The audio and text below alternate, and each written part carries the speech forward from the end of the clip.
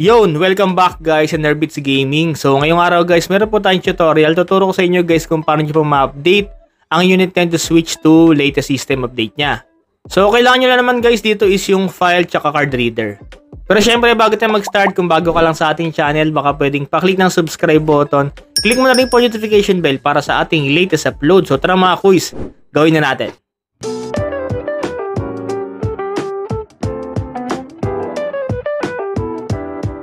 So, tutorial lang po tayo guys kung paano nyo po may update ang inyong Nintendo Switch na naka-jailbreak. So, paano nga ba ang gagawin? So, kailangan nyo guys ng file. Yung file, meron po tayong link sa my description guys. Ayan po. Ito po yung ating file, naka-RAR file po siya. At kailangan nyo po ng card reader. So, connect lang po kayo sa Wi-Fi para po ma-download po yung update.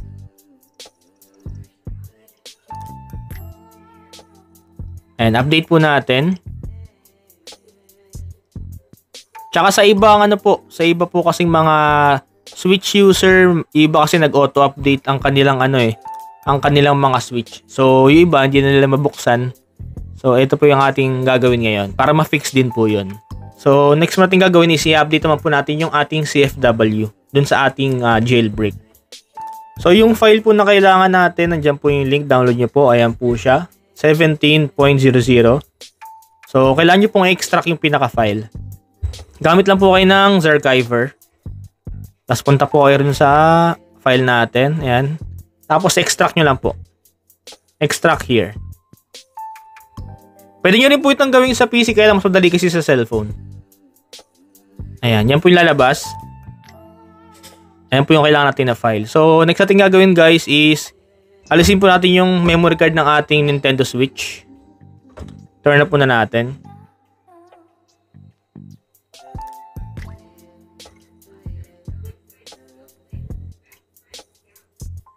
So, ito, kailangan nyo guys. Mura lang to guys. Sa Shopee meron na ito. Sa Marketplace, 100 pesos.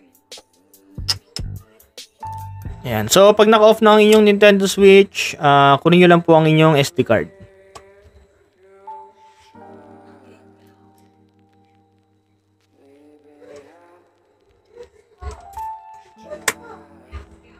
And so, lagay lang natin guys sa ating card reader, ang ating SD card.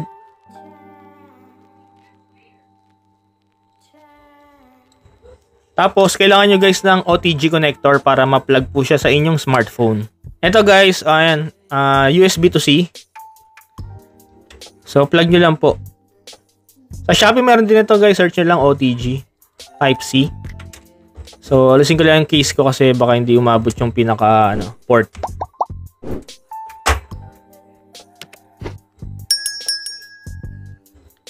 So, lagay lang natin guys yung ating card reader. So, ayan guys, binasa na po siya, USB storage. So, ito po yung laman ng ating guys. Ito yung laman ng SD card ng ating Switch. Ang gagawin po natin next is, didelete po natin yung atmosphere tsaka bootloader na folder. Pag na-delete nyo na guys, punta po tayo sa ating file, yung kanina pina-download ko po sa inyo. So, sa akin kasi nasa folder, yan. So, ito po yung ating file, di ba? Ayan. So, lahat po yan, guys, copy-paste nyo lang. So, select all. Copy. So, lalagay po natin yung, guys, sa SD card ng ating Switch. Dito po, sa USB storage. So, paste nyo lang po dyan. Ayan, copy here. Tapos, replace nyo lang po lahat. Okay, so, pag na-paste natin, guys, okay na po yun. Eject na po natin yung ating SD card.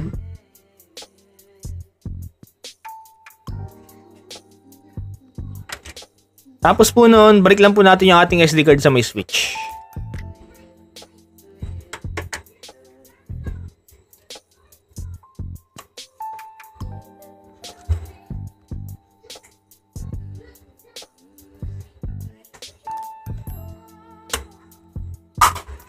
Tapos open na po natin yung ating Switch para ma-check natin kung goods na po ba ang ating CFW. And guys, may lalabas na date. Set up nyo lang po ang inyong date. Tapos, mag-click na po kayo sa launch. Tapos, CFW.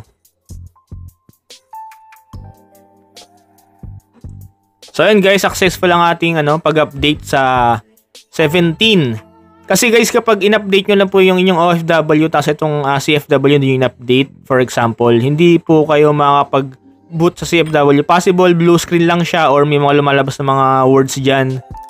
So, ganun kasi yung na-experience ko nung una. Nag-update ako ng nag-automatic update sa may OFW. Kasi hindi ko pa ina-update yung CFW. Pagpunta ko sa CFW, hindi ko mabuksan. May mga lumalabas siyang words. Ang nangyari, nakakapag-boot lang ako sa OFW. Sa CFW, hindi na.